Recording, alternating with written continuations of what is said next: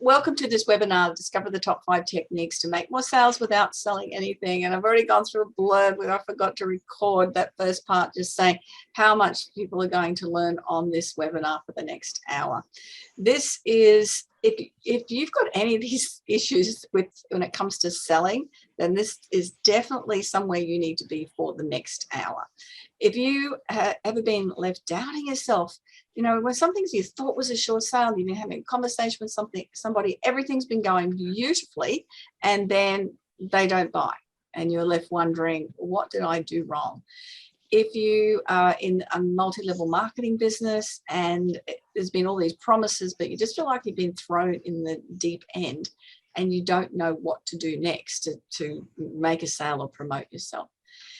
You don't know what questions to ask to get people over the line. This is a really important factor. If you feel like, I don't know how to close a sale, I might be good at building relationships, but when it comes to just saying, can I have a sale, or how to do that well, you don't know how to do it, and it doesn't feel uncomfortable. It doesn't feel comfortable. I find this when I work with a lot of my clients, they just give away too much information. Absolutely. And I'm just going to open the chat. So if you can relate to any one of those things at all, I know the giving away of too much information is definitely something that people can relate to. If you hate it when you feel like you're trying to sell rather than just being a friend with somebody, or, you know, that whole shark sort of thing happening when you're trying to sell. So I'm going to open up the chat to everybody, and if you can put some notes in there, if any one of those things relates, then you can please let me know. It's an unpredictable market, and it's been, you know, interesting for the last 2 years, to point of phrase, and people are hesitating, committing to buying from you. So if you can, anything that you can relate to, pop that in the chat and just let me know, because it'll be a great thing to be able for you to be thinking, okay, that's something I have an issue with.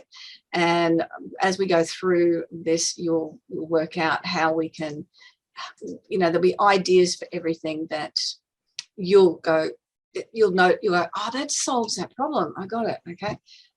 Giving too much away. Yeah, that happens to a lot of people, Dagmar. Thank you for sharing that. It's doing the statistics within business, and I have been working with small business owners for the last 14 years. And what I found is 50% of people start something, but they give up because it gets hard. And part of that getting hard is that it's personally invested, especially when it's your own business, really personally invested in it. And it's just not making enough sales. I mean, that's what everything comes down to. You can get everything right in the business, but if you're not making enough sales, you don't have enough business. Linda, thank you for sharing. Definitely when trying to get listings and finding properties and not winning listings can be difficult. Yeah, it's a difficult time with that, feeling awkward selling, even though I believe in what I'm selling. That's such an important factor, Nikki, especially when it's your stuff, is to believe in what you're selling. One of the reasons I do what I do is because of this statistic. I have been very fortunate in the roles I've had, and you'll see some of those soon, that I am in a position that I can help a lot of other people get successful at what they do, and do it very economically for them, because I want people to succeed in their businesses. And this statistic, 1 in 7 women will be homeless by retirement. Now, that statistic's a couple of years old. I wouldn't be surprised if it's worse than that now. There's a whole lot of factors that happen, but it's so important to get your business working successfully, and by doing so, by making more sales. Run down a little bit about me. I've been working for a long time. Started off, you know, just with everything I've done is been around customer service and developing really strong customer service aspects with what I do, but how to have conversations. So I used to, you know, started off at 17 working in Katie's, and the older women, which I fit into that role now, definitely didn't like it when the 17-year-old was beating them on sales. And it was just because it was that connection, knowing how to build connection with people. I taught aerobics for a dozen years and won some awards with the amount of people that were coming into the gym, and it was all about helping people get their shoes on and get in the classes. I used to sell gym wear, and it made sense. I was working at the gyms, and I would go and set up all this gym wear. And this is in the 80s, and I'd sell $1,000 a night. It was all cash. We haven't got any accountants on here, have we? Oh, it was all cash. And so, a couple of years later, I'm finding cash in coat pockets and things, which was very nice. But it was again, it's relationships. And when I first started as a rep for a first aid supply company, increased sales in that territory by over 800%. And again, it was commission only, which means that everything goes into your own pocket.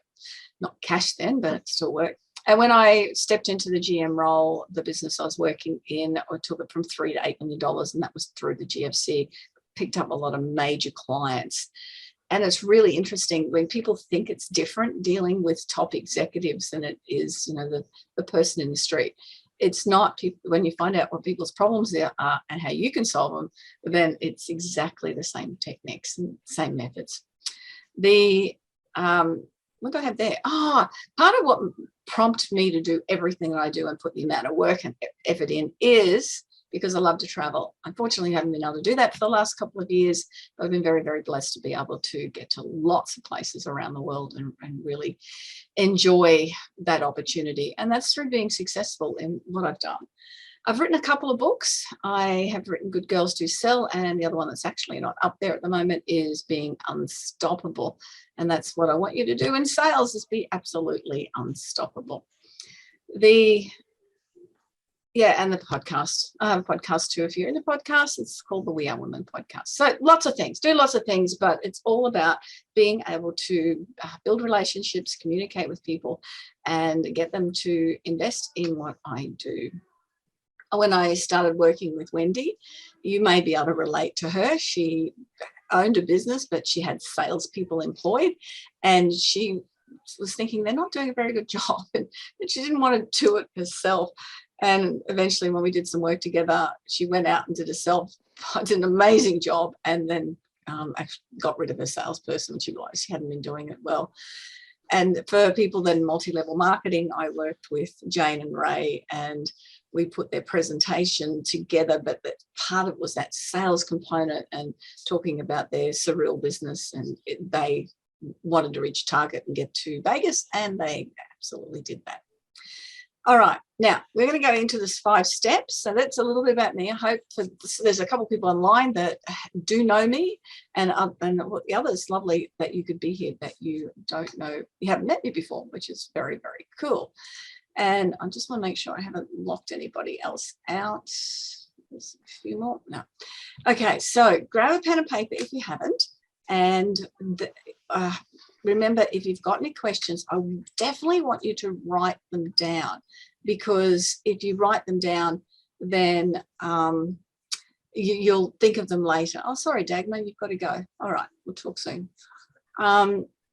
If you write them down, because otherwise you'll forget them at the end, and there might be just even a point that you want to make that something's working for you or not working for you. And as I said, because we've got a smaller group on tonight, I can answer some specific questions about you and your business if you like, if you're happy to share that. So what we're going to look at are these 5 steps: is how to step out and get uncomfortable. And I know that's something that we'll work through the steps. You'll see, it'll be easier than you think. The second part is to step into your own personal power. I know when people work for other businesses as in sales, it's a lot easier for them than when it is in their own business. Talking about your own business and selling a business is a lot more difficult. Who's found that? Who's absolutely found that it can be more difficult? Probably yes in the chat if you've worked for someone else and thought the sales stuff's easier, but then you start your own business and then it's all about you. How to express your expertise, how to figure out why people are going to buy from you. This is what we're going to do there. How to attract and engage an audience, how to reach out to the right people and really, yeah, cool, definitely harder to sell you all that it is, Linda. And the 5th one is how to kick goals. And that's all about follow up. and follow through. So that's not anyone's favorite topic, but it's the most important part about sales. Okay, so the 3 points in this we're going to cover in step 1 is talking about not listening to others, how to get over yourself, and how to shift focus to WIIFM. If you haven't heard that before, it is all about what's in it for me. I'll explain these in depth. When people go into business, I was talking to someone the other day and they're starting a new business, and it is a cosmetics business. And it was just a general conversation with somebody who knew somebody. I wasn't in a coaching role. And so it's really hard for me to pull back and not be in that coaching role. But they were talking about the other people around them that were saying, oh, is that a good idea? You know, it was the people that loved and cared for them, but they were trying to protect them. But what it did was it affected their confidence. And when we listen to other people, we are then who are hesitant. It makes us hesitant, doesn't it? It's and it's one of those things is that we need to just stop listening to others and have a go at things. I love this quote by Wayne Dyer: "What other people think of me is none of my business." And that comes across every part of your business, but it's particularly when you're thinking, will I do this, and is this a good idea to do this? I have the picture of Martin Luther King here because I want you to think about the role he took on. That speech, I Have a Dream speech. He talked about, I want little black children, little white children holding hands. I want to see valleys, I think it's the valleys raised and the mountains made flat. It was all about having this vision to change something significantly, or having a vision. But can you imagine if he had some naysayers? I've written quite a few blogs about naysayers or dream stealers. Imagine if he had a dream stealer around him going, hey, Martin, that's not really a good idea. That's not going to work. I'm sure he probably did, but he didn't allow that to stop him. And that's what I really want you to be able to recognize too, is when you're feeling like that, maybe think of someone as powerful as Martin Luther King as your role model, because we want to follow our dreams. I mean, it's really tough getting to the end of our life and realizing that we haven't done exactly that. Is following your dreams, just letting somebody else on at the moment. Yeah, so we want to be able to follow your dreams. It's I'll talk soon about writing goals and goals and dreams, but dreams are a big picture thing that it's so important to have those dreams. And your self-worth is not defined by your approval rating. Another good point to remember. Welcome on, Kruti. It's not defined by your approval rating. Again, this is about you. This is about you, your business, what you want to create, and not what others want to hold you back.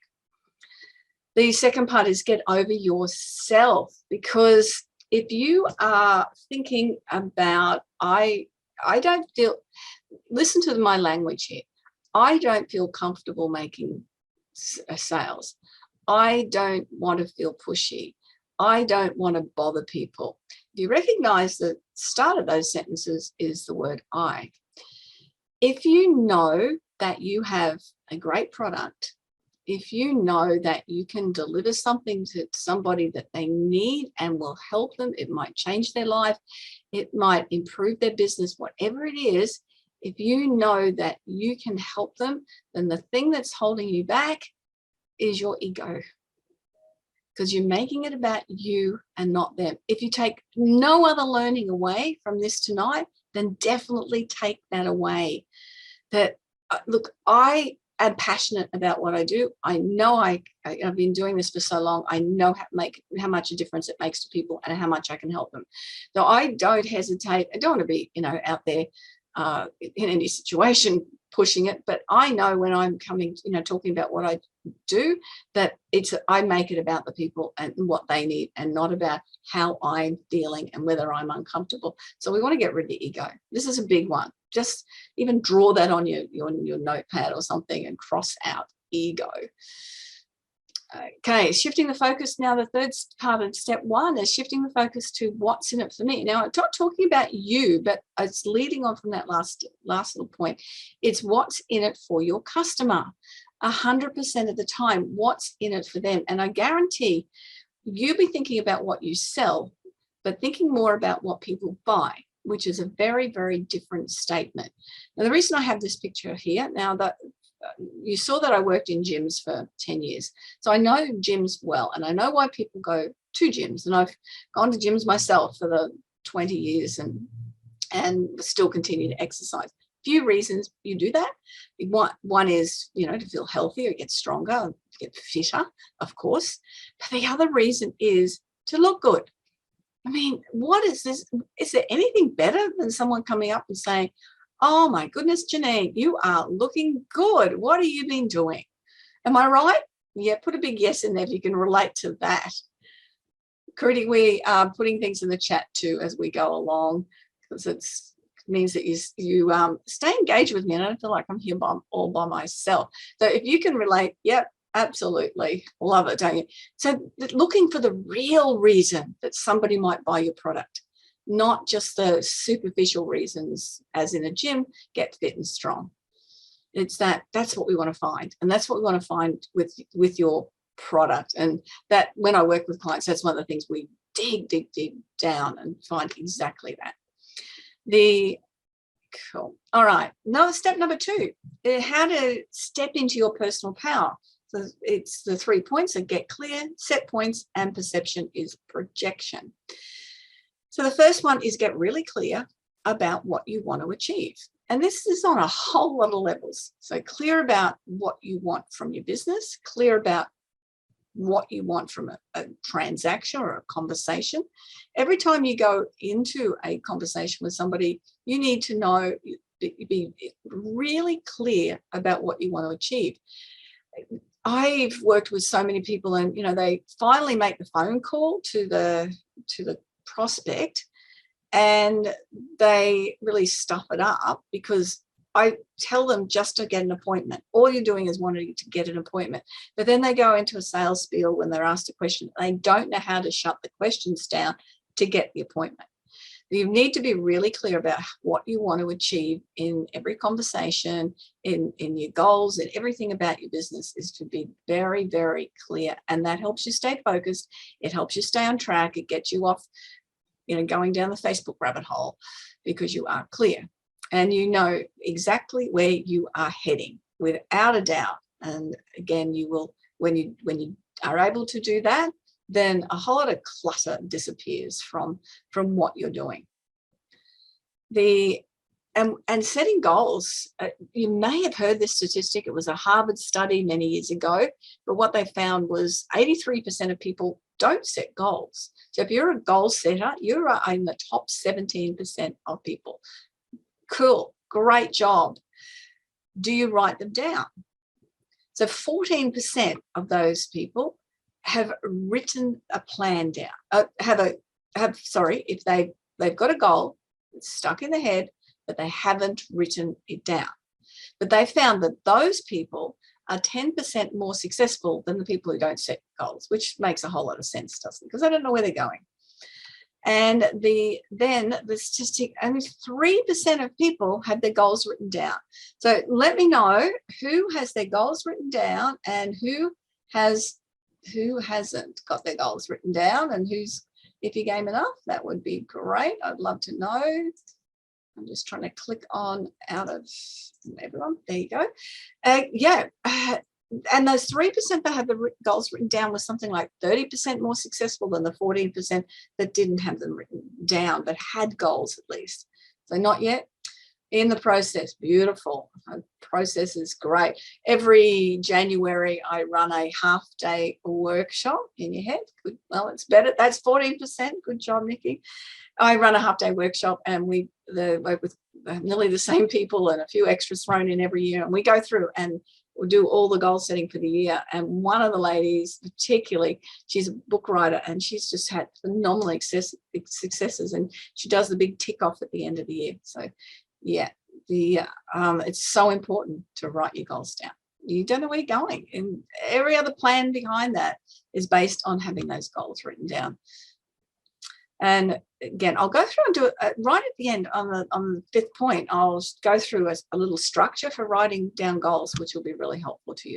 But I am a big goal setter and planner, and there's ways to write them that even make them more successful and more opportunity for them to succeed.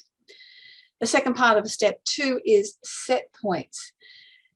May not have come across this before. There's a book that I just love called Marcy Smirnoff, and it's called Happy for No Reason. And she talks about set points, so just a set point of happiness. And, you know, a lot of people will be happy when, but it's basically saying just be happy now instead of planning ahead. But we have set points for finance. We have set points for success. We have, you know, surely you've heard of people who've won a lot of, who won a lot of money and then are poor, or rich people who lose their money and they're rich again. It's that set point, and we need to adjust those set points of confidence and belief in ourselves. And that's an important factor to be able to do that. And part of that is by projecting what you want to perceive. So what you want people to see you as and what you want to be perceived as is to project that. Whether you're, I'm not a fan of fake it till you make it. I also am a coach in professional speaking. And one of the things people say, well, just fake it till you make it. I'm not a fan of that. What I'm a fan of is feel it till you make it. So I do work with exercises to get you feeling that level of confidence so that you can project what you want to be perceived. So, and part of that is, you know, just have a look in the mirror and see a smile. I mean, goodness me, that's one of the best ways to project a confidence and ability in yourself is to smile. And look, I'm sure you've gone to events, networking events, and you've really wanted to be there, and everything just goes amazingly, doesn't it? You know, everyone's on point. You've made some really good contacts, but it's how you felt to going out, as opposed to, you know, there've been times where you probably didn't want to go, but you dragged yourself there, and oh, what a waste of time that was. So you've got to project what you want to get back out of everything. I love this picture. I think it's probably one of the best ones that defines that. Is, you know, are you the lion in the mirror? And the more you feel it, the more you project it, the more you'll believe it, and the more other people will believe it as well. And it just becomes who you are. You want to be able to have that level of confidence and just to you know, get out of a mood. Just get out of a mood. It's I remember when I was teaching aerobics one time. This is just between you and me, okay, and us. I had a big fight with my husband, and I threw some coffee at him. I didn't hit him. This is a very long time ago when I was much younger and more emotional.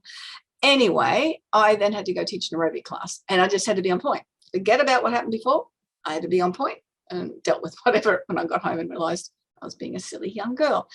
But it's that thing. It's that, okay, when you're in the situation, be on point every time. Just change it up.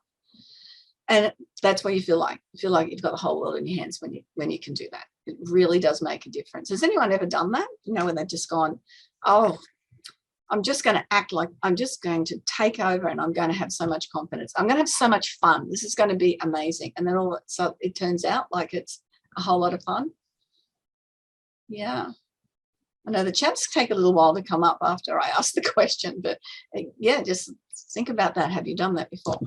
All right, step 3 is how to express your expertise. And one of the ways is telling stories. Probably noticed I've told about a dozen stories already. Define your USP, which is unique selling proposition, and how do you stand out from the crowd. This is so important. You're probably out there posting a ton of stuff around all the time, and knowing how to do it well is incredibly important, whether it's in an email or it's that's how I attend each listening presentation. Get out of the car and put everything behind me. Great work, Linda. That's exactly what you need to do. I sound like I'm mumbling. I'm reading the chat as well. Okay, let's get on to this. The telling stories. Telling stories will help your prospects, the people listening to you, identify with you a lot more and be able to make that connection that you are like them. They like you because you're like them, and that you're a very real person, and we all have stories to tell. So whether you're telling stories, as I'm doing in the speaking space now, or you're telling stories in your social media, or you're building connections with people. I remember I couldn't get through with this guy, that the head guy that was building the Gold Coast University Hospital. And we already had the contract with stuff, but I just kept trying really hard to build this connection with him.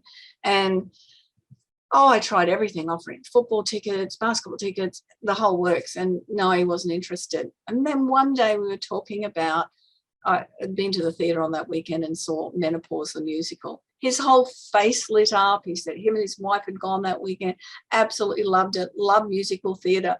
It was really not expected. But because you just kept telling stories, eventually, you're building that connection. So thinking about stories, when I first started doing it, I started collecting them on a spreadsheet.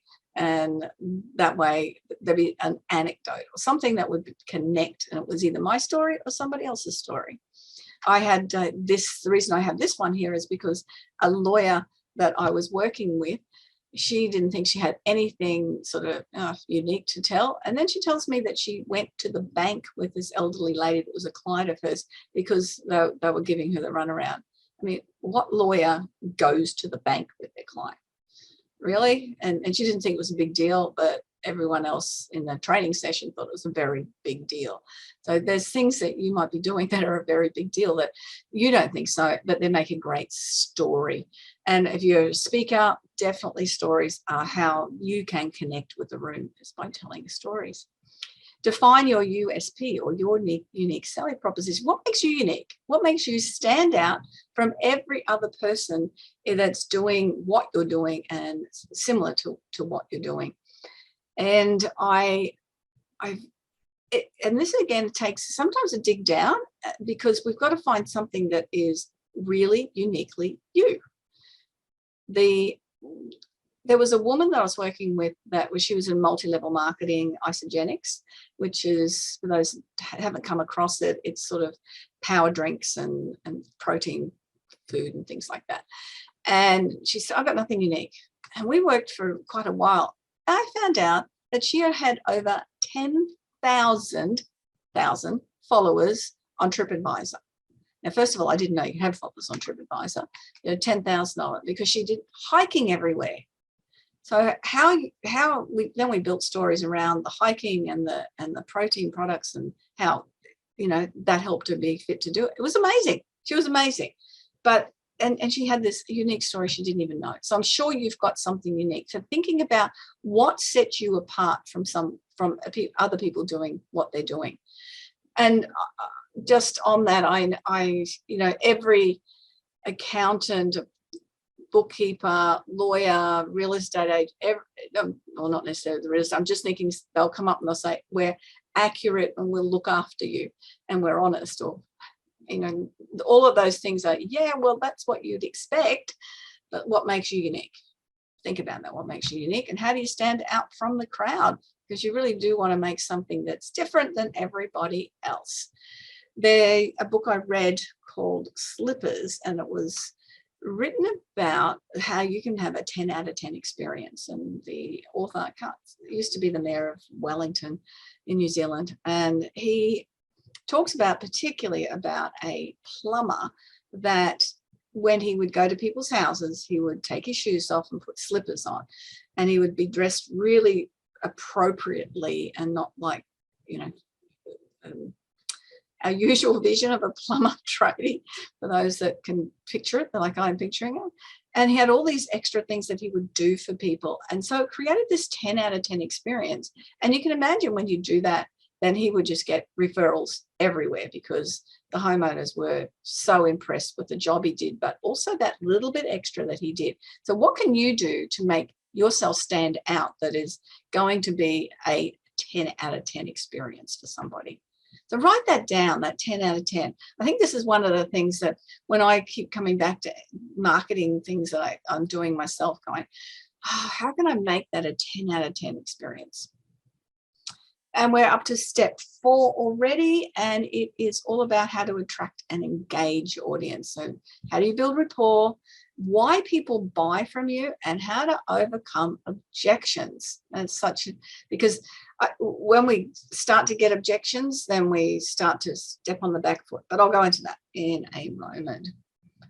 Okay, raving fans. We want people that are just, I had someone, if you go and have a look at my Google reviews, if you've done any work for me, I'd love you to go and pop a 5-star Google review up. But one of the ladies that put one up yesterday has got a little swear word in it, but it was just about, how wonderful she thought I was. It was really powerful, and I just love it. And that's what you want. You want to be able to get raving fans who will stand behind you, and they will tell everybody else how good you are. It's such an important factor. And one of the ways you can do that, I teach some NLP, neuro-linguistic programming or positioning, and how to use your language to help you build connection with people. And you can do that through your pacing and matching and mirroring. You can do that through your body language as well. So you can, and I'll go through, say, body language here. So both of these are, I'm trying to think of their names. They've just jumped off, but you know who it is, Kate and Will. And they're beautifully matching each other. I mean, not just the wave, but the fingers are split and the other hands across the body and the smiles. So that is matching, and that's people who are very, very comfortable and in rapport with each other. When you know how to build rapport with your actions, then it makes other people feel more comfortable with you, and then they like you. These two people, they don't look real happy at the moment, but they are mirroring each other. They're doing the same actions. So people want to ask, what's the difference between matching and mirroring? So that is mirroring, and this one here so that was matching, and this one is mirroring. So if they turn around and face each other, they both have the arm to the side and the arm across the body. And again, that what you're not trying to manipulate anyone with NLP. What you're doing is making other people feel comfortable. You can step into other people's worlds. When you've got the skills, you can step into their world and make them feel very comfortable. And that's one of the ways through rapport. I talked about pacing in the way you speak is really important. We all have different, different speeds that we speak, or different languages or accents, and figuring out how's the best way to build connection with somebody, to make them feel comfortable with the way that we speak. The reason I have this picture on here, it is one of my trainers many, many years ago in spiral dynamics and NLP, he in his 50s got remarried, and they lived in Melbourne, he'd never met his new wife's brother, who lived out on property out in the middle of Australia, never went to Melbourne. And he was coming into Melbourne, and Roger hadn't met him, and the phone rings. So Roger answers the phone, and I won't say his full name, but Roger here, and he just speaks normally as he would. And on the other end of the phone is, "G'day." And Roger realised it was the brother, and he's just gone back, "G'day." And the brother said, "Liz there?" And Roger's gone, no, not now. And the brother's gone, "Oh, righto. What time will I ring back?" And Roger's gone, "Oh, about 2. The brother rings back at 2:00. And this is a story Roger told me then, many times over. He gets back on the phone, and the brother, Liz, answers, and the first thing he says is, "Geez, that Roger's a good bloke." I mean, that's an exaggeration, but it's a true story. It makes a difference how you use your voice and how you use the tone of your voice and how you build connection and make other people feel comfortable, because we only get one chance at a first impression. And when it's over the phone, sorry, we're going the wrong way, we have to think about the rhythm of our voice, the tonality, the timbre, the volume. You may have come across people that speak really quietly, or people that speak too loudly. The tempo, the emotional content in it, the pitch and the intensity. A lot of things to think about, but it all counts when you're building connection with people. because on the phone, tone is 86% of our communication. So it's not about what you're saying, but how you're saying it. Think about that. It's about how you're saying it. And step 4 is, why do people buy from you? Well, there's quite a few reasons, but there's 3 very simple reasons. They need your product. And, you know, that's really nice if you're selling toilet paper. There's a very good chance somewhere across Australia in the last 2 years you've sold a lot of toilet paper. But there's certain products we just need to buy, and they're easy to sell. But sometimes people don't have a need until they do have a need. Obviously, you know, trolley loads of toilet paper was not something we had a need for until we thought we did. I remember I traveled to Norway in the middle of winter to see the Northern Lights. I highly recommend it. Except it's very cold. It was up to minus 30 degrees. And I had the opportunity to buy some snow boots, but I thought that some other boot things that I had would be suitable. Note to self, no, they weren't. You really do need snow boots. But I didn't have a need for them, so I didn't buy them until I got back, because my feet froze for the whole 2 weeks I was in Norway, and I went and bought some snow boots. They are still in the cupboard. Now, that was 2015. I have not been anywhere that's been minus 30 degrees since, but now I created a need and I purchased a product that I thought I might need in the future. So the creation of a need, how can you create that need depending on your product? Think about that. Trust. That's a reason people buy from you. And that's one of the things I find when people buy into my programs, is because they've come onto something like this and they've gone, you know, I think Janine knows what she's talking about. And they listen to other people who have done the programs, and they build up that level of trust. It's the same with you. How can you build up that trust? And it's a whole lot of things.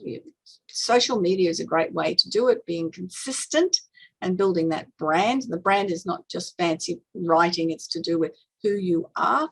You know, I encourage people to speak up and speak out about what they believe in. And sometimes it may not be what some people think, but if I didn't encourage people to do that, that would not be something that would go against my brand. So that would sort of go, oh, well, she's sort of saying one thing and doing something else. So building up a level of trust, and people will buy from you when they trust you, like that plumber. And they'll also buy from you when they see value in what you offer. Now, that's an important factor. How are you showing value in what you're offering? And it doesn't mean discount, definitely doesn't mean discount, but it means value in the product. And one of the ways to do that is to talk about benefits. When I'm at networking events, a couple every week, and without a doubt, people talk about their features of the business. I don't care about the features. I just want to know, again, what's in it for me. I want to know how it will benefit me. But when you're thinking about that, doing your pitch, how will it benefit me? Figuring out the problem of your client and then how it will benefit. Because when you do that, you know what questions to ask. Excuse me. Right, some drink of water.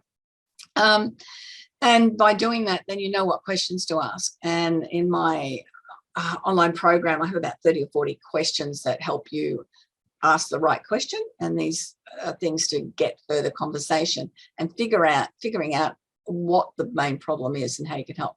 So can you tell me more about that? That's a really great question. When somebody starts doing something and rather than cutting them off, we want to ask open-ended questions, not yes and no questions.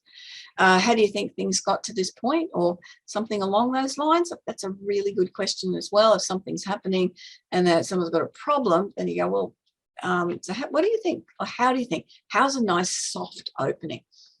How soon can we meet to discuss the problem, and how we can best respond to it? So again, well, how soon can we meet? So that starts to get a bit of starting to get some of your closing questions. So how soon can we meet? Oh, and probably the next week. You know, people start thinking about the answer.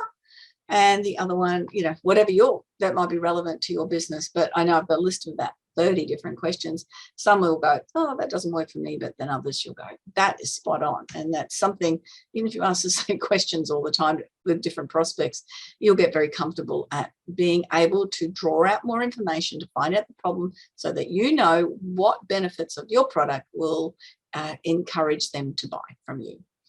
And overcoming objections. So again, we've got that lady there and we've got two other ladies. It's basically what I've just been talking about. It's figuring out the problems of your clients. So what is their main problem or their main problems? The name of this webinar is Discover More Techniques to Make More Sales Without Selling Anything, because I showed you some of those problems right at the beginning, not feeling comfortable about selling. So, and I know people relate to that, giving too much information. I know that's a big problem with the people that I work with. So if you know the problems, then you can help overcome the objections, because if you know the objections that you've had before, then you can be on the front foot rather than on the back foot. And it's like talking about the elephant in the room. If you know price is going to be an objection, then you need to show value. So you may go on the front foot, I would, and say, when we get to this stage, some people, the first thing they're thinking is price, and others are thinking about the value. Which camp do you sit in? You've got an answer then, and I'll tell you what, most people were talking about the value instead. So there's ways to overcome objections by putting something out there that this is a common objection. And it's, you might be thinking they're thinking this because you've got a crystal ball. They may not be, but it's something to get out ahead of the game, because as soon as you're on that back foot, you feel like you're scrambling and making excuses. Is that right? Who's ever felt like that when they've got all these objections coming at them and they're feeling that, they've got to try and make excuses. All right. One of the topics that I teach a lot of in my programs is called Spiral Dynamics. It is, and most people haven't heard of it, haven't done it before. It helps you understand why people make decisions based on their value system. In my training program, it is a whole module on it. And when I do the 1 day training program, we do a few hours on spiral dynamics because it's such an important subject. And it means that you can figure out things very quickly about where to show the benefits to a certain person, because you've asked the questions, you figure out what their value system is. And when you do that, it really is powerful, incredibly powerful way. You got to figure out what's keeping your people awake at night. That's the big thing. What is it that keeps them awake? So step 5, I'm going to rush through these ones now. It is kick goals, pitch for success, embrace the follow-up, and take action. There's going to be some note-taking here as well, so get ready. What's your pitch? Most people get very, very overcomplicated, and it just doesn't sound real. If you ever standing somewhere doing a pitch, never read it. And in case you haven't heard that, never read it. It's your business. You should know what you're talking about. Even if you fluff it, it doesn't matter, but don't read it. It just doesn't seem real or authentic if you do that. 3 simple questions you can ask yourself. This is the simplest pitch you will ever write. Why this? And why is this product important? I hope you're writing this down. This is so simple. Why this? Why is this important, this product? Why is it important to you? The benefits is why you? Why are you the expert at it? Or what makes you unique to be able to deliver it? And why now? What is it about right now that it's so important that people need to buy this product? And if you can do a 60-second pitch on that formula, and guarantee, and of course you've got a call to action at the end, but I guarantee you'll have people asking you more if you're using that formula. Embrace the follow-up. I told you we're going to be talking about follow-up. And this is something that people who loves follow-up, I want to see in the chat room who absolutely loves getting out there and making that phone call and following up, and who doesn't. You can say yay or nay in the chat. I'm waiting to see who's typing. Yes, Linda, I thought you might. I think because that that if you don't follow up, you are leaving money on the table. God, there's so much work beforehand. There's a few questions that when there's a whole, I've got a blog out there, you can find it with all the different things about the steps to follow up, but these are really important ones. Get permission and agree on a time, and be on time when you do the follow-up, and make your follow-up interesting. Just don't go, I am just following up. Say something like, when we spoke, you're very keen to get started on this. Just change it around a bit. I am just following up. We put solar panels on our roof years ago when we got all, the 58 cents rebate or whatever it is, which we still have, which is very nice. But they were even more expensive then. So, toss it whether it was a good time or not. 3 people come out after hours, quoted on the solar panels, expensive. They all look the same. The quotes were pretty similar. Who got the business? Well, one person who followed up. That's it. Missed out on a $10,000 sale. The other 2 because they did not bother following up at all. We waited a couple of weeks and just went with who followed up. And you might just have people waiting on you to follow up. 44% of salespeople give up after the first call. They just make one follow-up call and they don't make any more. The average salesperson only makes 2 attempts to follow up. I want to see who's average and who's above average here. 80% of sales require 5 follow-up phone calls or more. And we still need about 11 touch points, but definitely 5 follow-ups. We want to be able to make it, that connection with people so you're not ending up being a pest, but we all get busy and we don't make decisions on things. And so do your customers. And then sometimes they just need that follow-up. But as you see, you've really got to make that. And I think the statistic is the average is people take 3 months to make a decision on something. So, and a small percentage take 12 months still. So you don't know what business is out there that you have missed out on by not following up. And taking action. This is the biggest thing, is the distance between the dreams and reality is called action. I was working with someone today and I did something straight away when they were talking to, and they said, oh, goodness.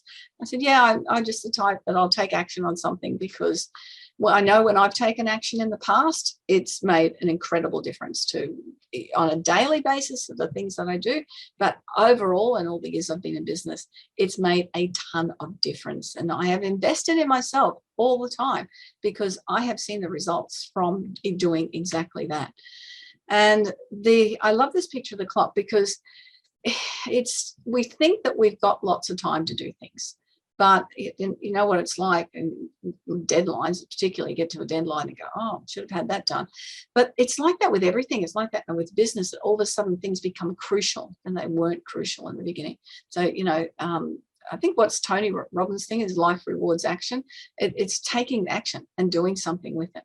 I told you I would give you the formula for a goals setting formula. You've probably heard of SMART goals. Create goals are a little bit different, so write these down. The C is for clear and concise. It needs to be very, very clear. It can't be improve business. It must be improve business by 30%. It's got to be really clear. Realistic. If improving business by 30% isn't realistic, then it make it 10%. If you have never swum before, you probably can't swim across the English Channel. Ecological. If it is good for you, it is good for the people around you, it is good for the planet, then it's an ecological goal. As now, when you write your goals, write the first part of the sentence. It is now 31st of December 2022, and then put your goal in, very, very clear and concise. But towards what you want. So if you were losing weight goal, it would be the weight you want to be, not necessarily how much you want to lose. Get what I mean with towards what you want. And what evidence do you have? If it's the weight loss one, it is now 31st of December 2022. I weigh 60 kilo, and I know this because I'm standing on the scales and they are telling me. So what evidence do you have that you've achieved your goal? This is a really powerful formula. And again, this yearly thing that I do every January, this is one of the things we focus on, but we write out goals for every component of our lives. And they're so powerful. All right. Okay, let's recap what we've done. Have you been paying attention? The first one was how to step out and get uncomfortable. The second one was personal power and owning that. The third one was about expressing your expertise, what makes you unique. And we looked about how you are going to attract and engage people. And the fifth one here is how to take goals, how to get goals and take action.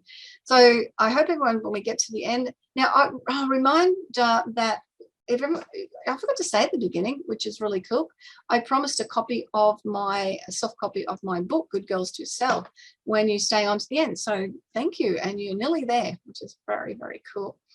All right, let's have a look. The people who didn't turn up tonight are not getting it.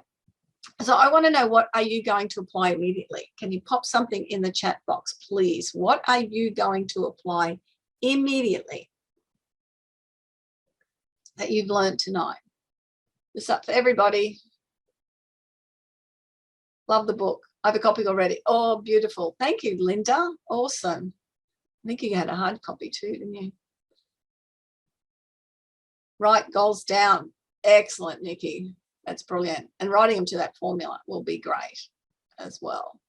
So whatever is everyone else going to do from what we've learned today, what are you going to apply right immediately? And what are you going to do to feel comfortable about asking for the sale? From what we've learned tonight, what are you going to do that's going to make you feel a lot more comfortable about asking for the sale? Let me know. Think about it. If you're not keen to write things down, then join in the chat box. So you're not sure where to do it or how to do it, then just think about that for yourself. What are you going to do to feel more comfortable about asking for the sale, you personally? I've been talking about the Direct Sales Mastery Program, or didn't name it, but I talked about the program. I want to go through this points and show you what this is all about. I love that you've stayed on. Believe in your product. Yes, Fatima, that is the most important thing too. All right, let me show you what the program is. It is step-by-step instruction on how to implement all of the strategies that we've talked about, and tons more and you can do it right now. And the great thing about it, it helps you create something immediately. And that means that you are going to help you achieve those goals and those dreams or service. Yeah. And a Direct Sales Mastery Program is 7 modules. And they take you right from the basics of selling and right through to getting a really confident mindset around selling. It takes you sort of from the steps of everything that you've maybe feared about selling or not sure of or not confident with, all the way through how to stand out from the crowd, how to create a really winning formula in your business. There's raving fans, how to build raving fans, how to build a brand that people will trust, and that thrill of the follow-up, because we know that's where if you don't do it, you leave money on the table. So if you put that whole package at $297 for each module is valued at $2,079 for the whole program. In the program, you also get, now I have somebody that just joined the other day just for this, no other reason. They've got 3 one-hour sessions, one-on-one. Got one-on-one personal sessions, one-on-one. They're definitely one-on-one to guide you through the Direct Sales Mastery Program. So they're with me on Zoom. And it's just you, me, and your business. And they get 12 months email access, so that if you've got any questions, you just email me and I get back within 24 hours usually, unless it's camping somewhere on the weekend. But usually I'll get back within 24 hours. So that's valued at $1,391, all of that. Because the 3 one-hour sessions with me, if you go onto my website and look at how much a 1-hour session, it's $297 for an hour. Well, you get 3 of those hours with me in this program.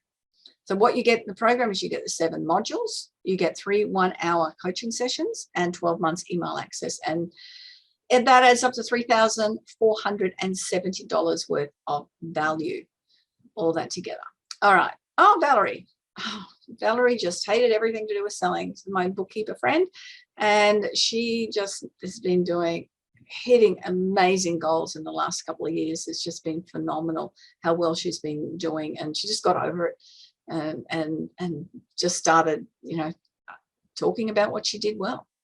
And again, the lovely Jane and Ray, they were so successful in what they achieved and just wrapped in it. And it was within a 3-month period. It was amazing results. Their business went from 25K a month to 75K a month in multi-level marketing, which is very impressive.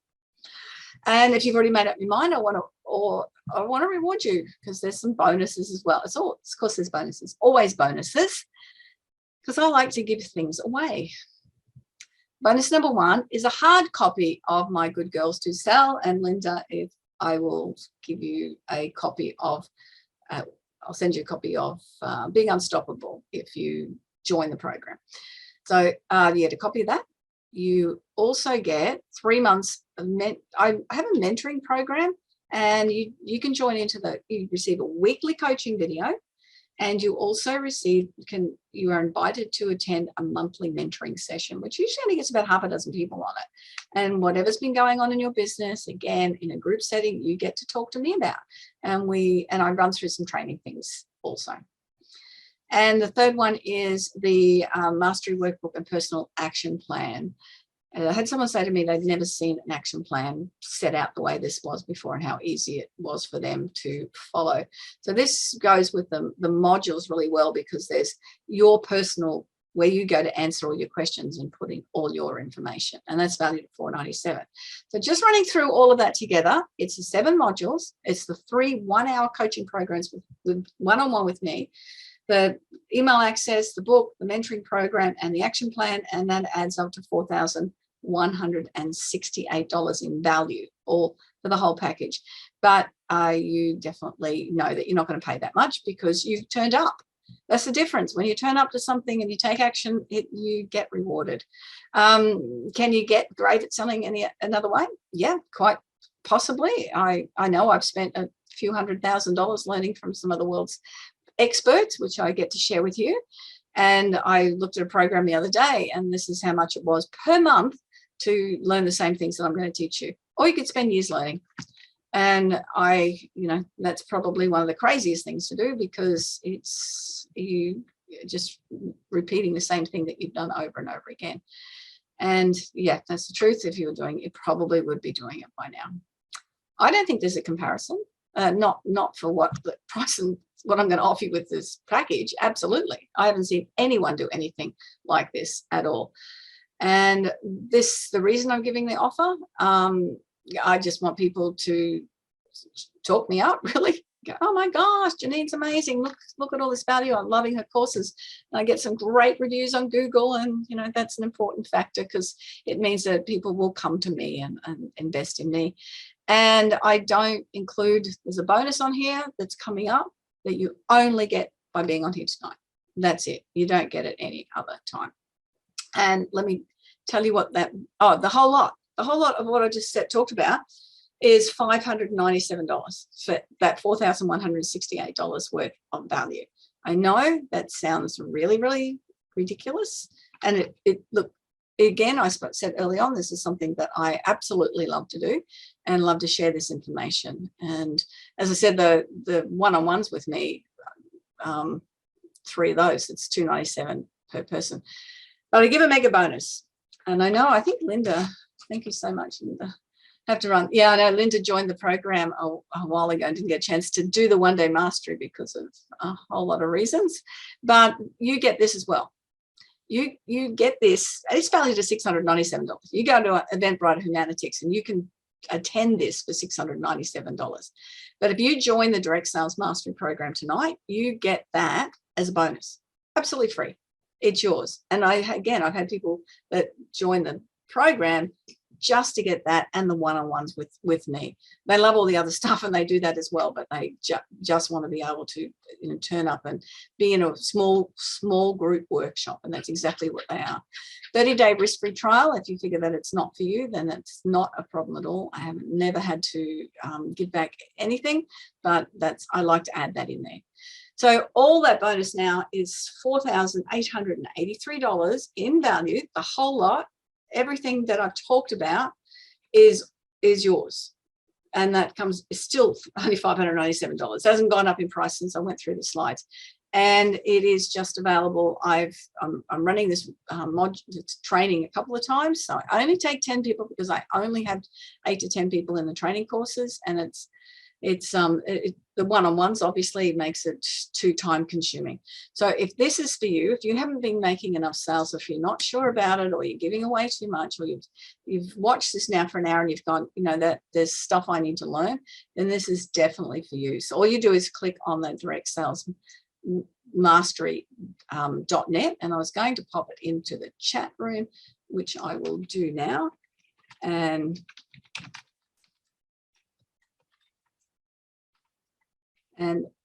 there, I think I've got that in there.